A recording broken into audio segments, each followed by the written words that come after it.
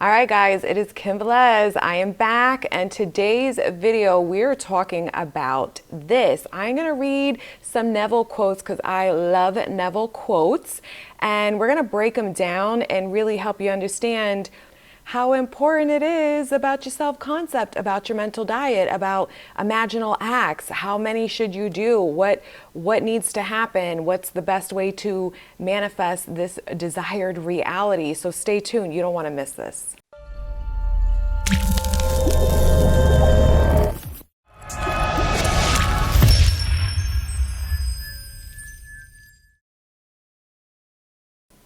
Hey everybody, yes it is Kim Velez. I am back, blonde as ever. I know you guys saw it before, but love it. I'm obsessed with it. Thank you for all the favorable comments. If you feel like you are really struggling manifesting your SP, if you really feel like, you're not going to get what you want, then please get my free video training. It is in the link below, or the description below. I don't know, somebody posted they don't see the link below. I'm like, it's right in the description box. It's in the description box. It is free. Make sure you check it out. I've never posted on social media, nor will I ever. It's a very in-depth video. It's really going to help you understand how you're controlling rather than creating. And this is the key to everything in addition to self-concept. Okay, enough about that. Let's talk about this. So this is a quote he says, where he says, your assumption to be effective cannot be a single isolated act. It must be a maintained attitude of the wish fulfilled. Now, I'm going to read to you what the definition of attitude is. Attitude is a settled way of thinking or feeling about someone or something, typically one that is reflected in a person's behavior. So when we look at this quote, it is simply, this is why visualization usually doesn't work when you do an imaginal act, seeing a visualization one time in your head and then it never comes to be, because if the rest of the day, every single day, your attitude is from the version of you that doesn't have what they want, then that means your thoughts, which are producing those feelings, are I'm not being chosen, my SP doesn't want me, they're still rejecting me, I never get what I want, I hate this fucking house, I'm broke, I hate my job. Whatever your attitude is that manifested your current reality, and your past reality is still your dominant you. So you have to maintain the attitude of the wish fulfilled dominantly, which is the version of you that is thinking from that experience. And when you think from the desired reality, you become a different version of you. This is how it all works. This is why there is no one to change but self. So another quote that he says is, because of your belief in external things, you think power into them by transferring the power that you are to the external thing. Realize you yourself are the power you have mistakenly given to outer conditions. This is why we say circumstances don't matter. This is why we say you're bigger than your circumstance. When you're manifesting a specific person, you falsely gave up your power by believing they are the only person, and that this person has to choose you, has to validate your worth, that you fucking are worthy enough to exist on this planet. No, that is not accurate. You're going to be the version of you that is maintaining the attitude of the wish fulfilled. And if your wish fulfilled attitude is so much that you want to be married to this person or living with them or in a commitment, then you're going to soak your brain, saturate your mind in the version of you that wakes up every day and feels loved and knows their worth and value and is thinking thoughts of how amazing and incredible their life is, and how you love being a wife now, how you love being a husband now, how you're in the best relationship of your life. And you're going to do this until it feels natural. Now, what does that mean? Because so many people that teach Neville misinterpret this. When it feels natural, you don't feel resistance. That means that you believe and you accept that reality more than you believe and accepted the old reality where you didn't get what you want. And this is what the reprogramming is about. This is why you're going to choose the thoughts. You're going to choose any imaginal acts, whatever you want to do, visualize. Those are just techniques. Whatever you prefer that feels the best for you, that moves you into the version of you the quickest and the most consistent way is what you're going to do. Now, you have to maintain a mental diet from the version of you that is living her or his best life. Absolutely. So here's another thing where he talks about free will. Okay, this is why no one has free will in your reality. So enact a scene that implies you have what you desire, and to the degree that you are faithful to that state, it will unfold in your world and no power can stop it, for there is no other power. So this is a really powerful quote from him. So let's kind of dissect that. So basically, you enact your scene, whatever that is, thinking from the end, visualizing, it doesn't matter, because the key is you have to be faithful to that state. You have to understand that I have to keep moving my mind mentally into the reality and the version of me that is loved, wanted, and chosen when you're manifesting an SP, that knows they're incredible, that knows they're amazing. And I know we don't believe any of that in the beginning, and you don't have to still manifest your 3D shifting and moving, but you want to keep programming yourself until you've convinced yourself that this is who you are, because that's how you really maintain it. That's how it feels natural to you, because you know this to be your truth more than the old version of you that believes falsely that they're not good enough, they're not worthy enough. So no one has free will, because when you are maintaining this state dominantly, then everything has to move accordingly to deliver you your manifestation. Nothing can stop it, because there is no power outside of you. You are the operant power of your reality. You are the one that's creating any and all experiences in your mind. So as within, so without, right? So everything is about you. It's about changing your perspective of you in relation to your desire. Another quote he says, this one is really powerful about mental diet, which for those of you that might be really new to the channel, because I have a lot of new people from TikTok that are super brand new to law of assumption. Mental diet is your thinking, your thoughts, what your inner speech. It's how you talk to yourself all day. Where's your brain going all day? So he says, if we do not like what is happening to us, it is a sure sign that we are in need of a change of mental diet. You have to change your mental diet.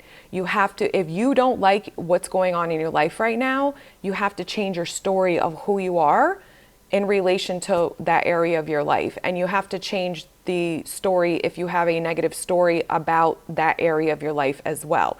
And you persist in that until it becomes natural, until it becomes, oh yeah, this is who I am. I know this without a shadow of a doubt. That's the end goal. I say this in almost every fucking video. When you first start it, you don't believe it. That's why it doesn't stick. This is why a lot of you get the hot and cold behavior with the SP. This is why a lot of you, are getting half, you call them partial manifestations. This is why you'll get the fucking text, but then you don't hear back from them. I mean, this is the answer to it all. It's because it is not natural yet to you. You don't understand this as your truth yet. You just started changing and focusing and putting your awareness on a new story, but it hasn't solidified in you yet. You haven't brainwashed yourself enough. You haven't convinced yourself where you know this is who you are, therefore it is what will be. It is I am, okay? So that is what the goal is. You're persisting in this new story. You're persisting in all the techniques that you're doing, in addition to thinking the new thoughts that support you believing more and more in this reality, in this possibility, in this new version of you. And you're grounding yourself, you're anchoring yourself, you're solidifying yourself more and more in that desired reality. That is all we're doing until you're dominantly that version of you. And when you're dominantly that version of you, your 3D has to fucking catch up. There is no other power outside of you. Neville says so, for those of you that are diehard Neville people. Okay, I'm going to read another quote. The circumstances of your life reflect what you have been saying and thinking, because we have to think before we speak. So thoughts are creating your reality. So here's another powerful quote where he's making you aware that be careful what you think and speak, because it is what you're manifesting. So everything you're experiencing right now, this current moment, was manifested due to your past thinking and your past speaking. So this is why you come in my fucking self-concept group, which I got new moderators, by the way, brand new ones. Please do not post negative circumstances. They will be mostly declined. Now, we have 17,000 people in that group at the time of this recording. So you can imagine how many posts come through, and my moderators do the best that they can. Some may slip through, but dominantly there will be no negative circumstances. And if you're bitching and complaining about, you know, your negative story post not going through, then you're in the wrong group, babe. Go to one of those shitty groups where all they do is everybody stays stuck and nobody gets what they want, because that's not what I'm about. So I have to offer a container that has integrity as best as we can with that high level number of people, where we try to maintain dominantly, because nothing is perfect, you know, posts that support the new story. This is why we don't want you to keep saying in the comments and saying in posts and through your text to your friends and bitching and complaining that you don't have what you want, because that is what you're thinking, that is what you're focusing on, and that is what you will continue to manifest. Another quote he has is, to reach a higher level of being, you must assume a higher concept of yourself. So when we want to manifest a reality where we are in a loving, committed relationship and we've never been in one before, okay, you have to change your self-concept. Your self-concept is, how do I see myself in relation to love, to the people I'm dating, to the people that I want to commit to, that I want to commit to me? How do I see myself? What is my true story? What do I believe about myself in relation to them? And most people, they are believing that they're not good enough. They're believing that this person doesn't want them. They're believing that they're not worthy of this, that this doesn't happen for them. It doesn't feel natural to you. I know, this is who I was, okay? So this is why the self-concept is way more important than focusing on the story of the SP, because you can't sustain the story of the SP. You can't see them lovingly, dominantly enough if your self-concept is the opposite. It says, I don't deserve this. You will reject any evidence in your 3D reality where they are conforming, and you will hyper focus on what they're not doing, because that is your self-concept. Your self-concept has to find the evidence, because your subconscious mind is controlling your life. So your subconscious beliefs are, I'm not good enough and worthy enough, then you will seek the evidence to support that story. You will make assumptions, you will make judgments and observations and attach meanings to everything in your 3D reality in relation to that says, I'm not getting what I want. So you have to change yourself, and you can't become that version of you, right, that is loved in the secure relationship if you don't start thinking from that level. That is what consciousness is. It's your awareness. It's what's the contents of your mind, basically. So you want to dominantly keep moving your thoughts into the version of you that is already living their best life. And eventually your feelings will follow. Eventually you'll embody this version of you more and more and more, and it'll become more and more dominant. Some of you might be able to do this shit in a couple months. Some of you will completely, it'll take you a fucking year or more, or it may take you longer. Everybody's different. Don't fucking worry about it, because it's your life, it's your reality. So the only way you're going to get what you want and sustain it is to go through this process. So don't worry about how long it's going to take to get there. Just do the best you can every single day, and you will fucking get there. Here's another quote from him. The individual's inner speech and actions attract the conditions of his life. So again, your inner speech is what you think about throughout the day. And we do this all day long. So the first key is being aware of what is going on in your mind. So you have to wake up and you have to start paying attention to what's going on in my brain. This is why it isn't enough to just fall asleep to shit. This is why it isn't enough to, you know, do visualization once in a while. Again, I know from my own experience, I manifested in a lot of visualizations when it came to SP, but then I went to shit right after, because my dominant self-concept was, I'm not being chosen. I'm being rejected. And so guess who had to conform to that reality of me? Guess who manifested in this amazing visualization and then got the complete opposite afterwards. So you have to understand what is happening. This is not a quick fix. You want to stay away from people who are teaching you as such, because you're going to just set yourself up for failure, and you're going to be stuck in a cycle where you're not getting it and you're just manifesting more and more shitty cycles over and over again. So your inner speech is really important. Again, that's your mental diet. Those are your thoughts. So anytime you're thinking, whether you're imagining and hearing and affirming in your mind, thinking thoughts of an argument, the past, you have to switch it and start creating new memories that you desire to experience. You have to start seeing your person lovingly. And, that's what unconditional love is. But I think it's harder. You take it as a limiting belief or not. I'm going to speak from my own experience that I wasn't able to have unconditional love with my SP because of my self-concept in relation to them. Now, when I look at the relationship with my son, I had unconditional love with him because my self-concept as a mother was really on point. I knew I was an amazing mother. I loved being a mother to him. I knew we had an amazing relationship.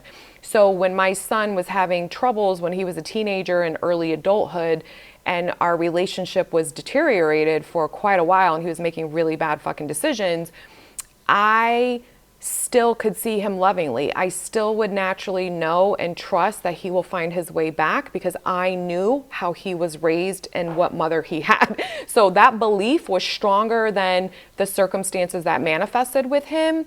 And I did get that wish fulfillment in the end. Now my son is back on point. He has been for years now, and we have such an amazing relationship again. So why was it difficult for me to see my SP lovingly when he wasn't showing up the way that I wanted, right? Like dominant enough. And why was it easy for me to see my son lovingly? And I had way longer, double, triple the years of my son's behavior not being good than I did with my SP because of my self-concept. So I had to change how I saw myself in relation to him, which it really wasn't about him. It was really about any man that I'm romantically interested in and wanted something real with. I had to change my programming around who I am in relation to that. So that is the only way I was able to see him lovingly and unconditionally love him. It does not mean you're a fucking doormat, because even when my son was being an asshole, I did not deal with him when he was acting like that. And I just kept seeing him different in my head. And this was even before I knew law of assumption, guys. Okay, so I was naturally doing this. It was very easy. And this is why we can manifest things easy in our lives when we have a favorable self-concept in relation to them, because I don't have to reprogram my story of who I am in relation to them. SP, I did. So you have to understand, your thoughts and making sure that you're reprogramming and you're redirecting your mind as much as you possibly can throughout the day. Okay, this one I love. Pay attention when it comes to manifesting a specific person, or you want to have a different relationship with anyone significant in your life. Go back to this quote, write it down, remind yourself of this, especially when you see them in the old way, in the old version that sucks, okay? This is Neville. He says, if a man looks upon any other man and estimates that man as less than himself, then he is stealing from the other. He is stealing the other's birthright, that of equality. So this is how I interpret that. I interpret that, let's just keep it about specific persons, love, romantic.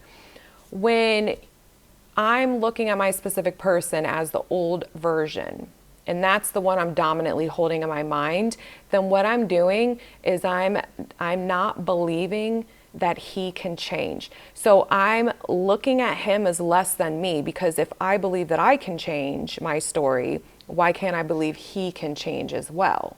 Then I understand that as the operant power of my reality, I want to support the version that is healed, that has self-love and self-respect and feels good about himself as a man. And I want to unconditionally love him that way and believe in him that he can be that version, because that's the gift I'm going to give him in my reality, okay? Because I manifested in the version in my reality that doesn't feel that way about him. That's the version that I have experienced.